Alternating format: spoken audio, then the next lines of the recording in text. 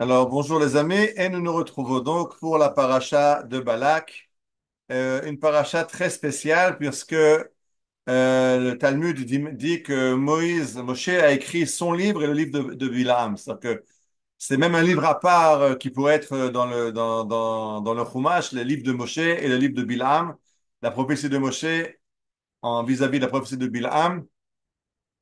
Et c'est aussi quelque chose de très d'incroyable parce qu'on n'y pense pas toujours, mais cette paracha en fait, on n'en savait rien. C'est entièrement un témoignage de Dieu qui nous raconte ce qui s'est passé dans le camp de Balak. Puisque la paracha va nous raconter l'histoire d'un roi qui s'appelle Balak, le roi de Moab. Et ce roi de Moab a peur du peuple d'Israël qui passe à côté de chez lui. On n'est pas passé par chez lui. On lui a demandé la permission de passer par chez lui, mais on n'a pas de volonté de faire la guerre avec lui. On est en route vers le pays de Canaan qui était donné par Dieu au peuple d'Israël. Et Moab a peur du peuple d'Israël et invite un prophète pour maudire Israël et détruire Israël par la malédiction.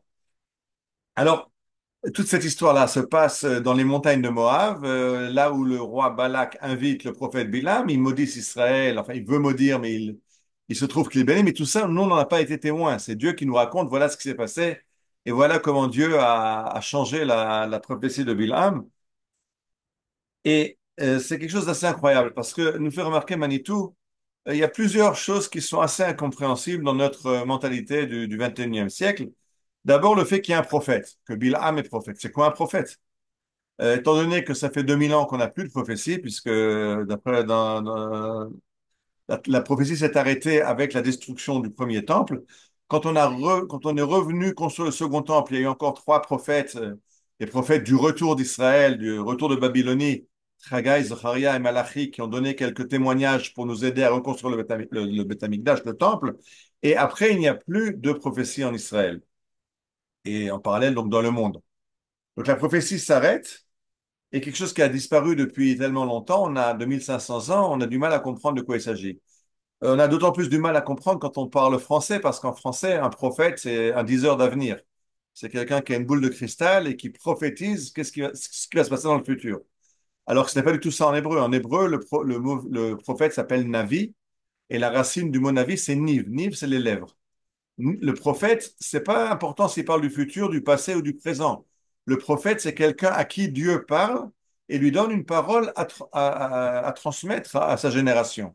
Donc, c'est un transmetteur de parole et c'est pour ça que le mot vient étymologiquement du mot lèvre. C'est quelqu'un à qui Dieu parle et que lui doit répéter ce que Dieu lui dit à un public, mais pas seulement du futur. Ça peut être une conduite à tenir maintenant, ça peut être une décision politique à prendre, ça peut être des mitzvot à observer. C'est ce que Dieu a à dire à la génération au moment où il parle à son avis. Donc, c'est la première chose qu'on ne connaît plus. Une autre chose qui nous paraît très spéciale dans la paracha, c'est tout à coup l'ânesse de Bilam qui ouvre la bouche et qui commence à expliquer à Bilam pourquoi elle s'est détournée du chemin. Alors, une ânesse qui parle, ça nous paraît très bizarre. Et Manitou fait remarquer que ça nous apparaît très bizarre parce que les animaux aujourd'hui ne parlent pas. Mais on se rappelle qu'au Jardin d'Éden, Ève et Adam ont des conversations avec le serpent. Donc, nous dit Manitou, ce qu'il faudrait comprendre, c'est qu'a priori, les animaux parlent. C'est le fait que les animaux ne parlent plus qui devrait nous appeler et nous poser question. Mais on est tellement habitué que les animaux ne parlent pas.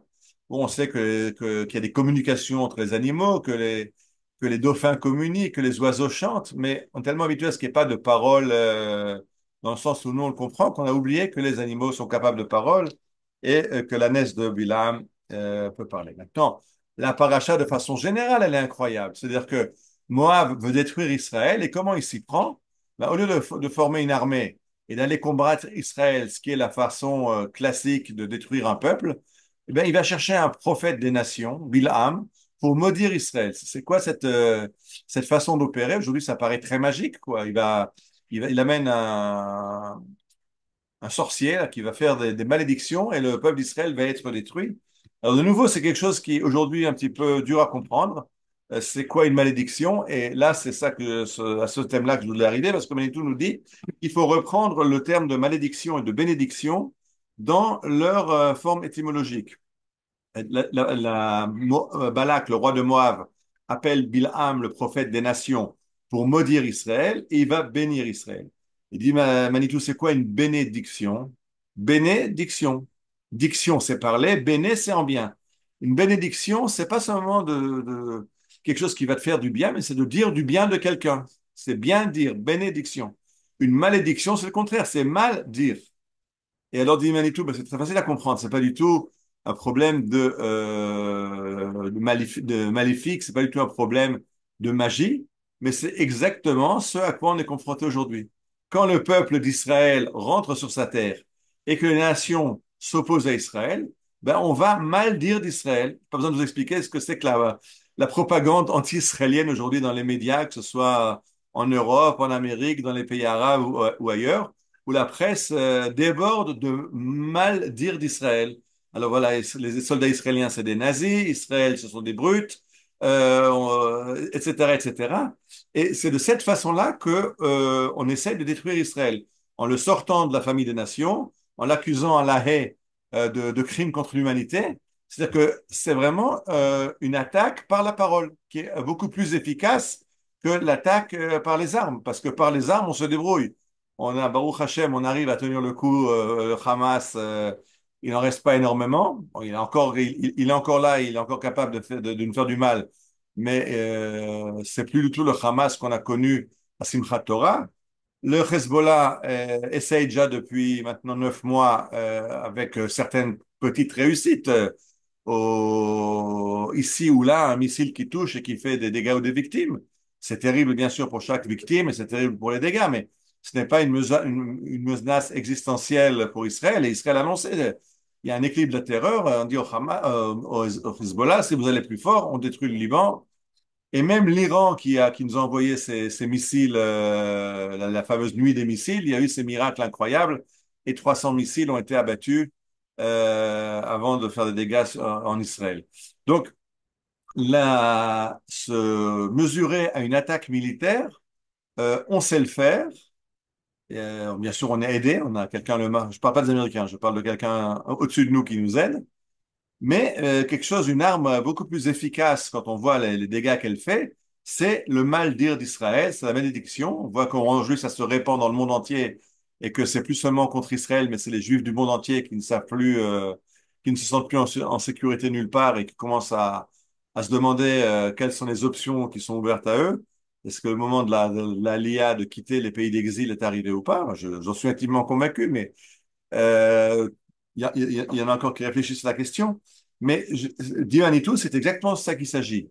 Quand Israël rentre sur sa terre, l'attaque à laquelle il faut se préparer, c'est pour ça que la Torah nous le raconte. Je raconte qu'il y a encore beaucoup d'autres choses qui se sont passées et on n'est pas au courant. Euh, le peuple d'Israël ne savait pas que Bilam était allé maudire Israël. On n'était pas sur la montagne pour le voir ni pour l'entendre.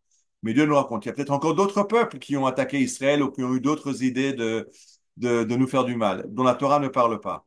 Mais la Torah nous parle de ce qui a un enseignement pour les générations à venir. Et c'est pour ça que la paracha de Balak, elle est tellement importante, parce qu'au moment de rentrer en Eretz Israël, il faut savoir on a été confronté, donc on sera de nouveau confronté à cette même situation d'un dénigrement d'Israël par le mal-dire qui essaye de détruire Israël. Mais même ça n'a pas marché à l'époque, et Dieu a transformé les malédictions de Bilham en bénédictions. Et de la même façon, tout ce concert de déni qu'il y a contre Israël actuellement finira par se tourner en bénédiction pour le peuple d'Israël, pour le pays d'Israël, bien sûr pour tous ceux qui soutiennent Israël et qui recevront aussi une partie de cette bénédiction. Voilà, Shabbat Shalom et Bezrat Hashem à la semaine prochaine.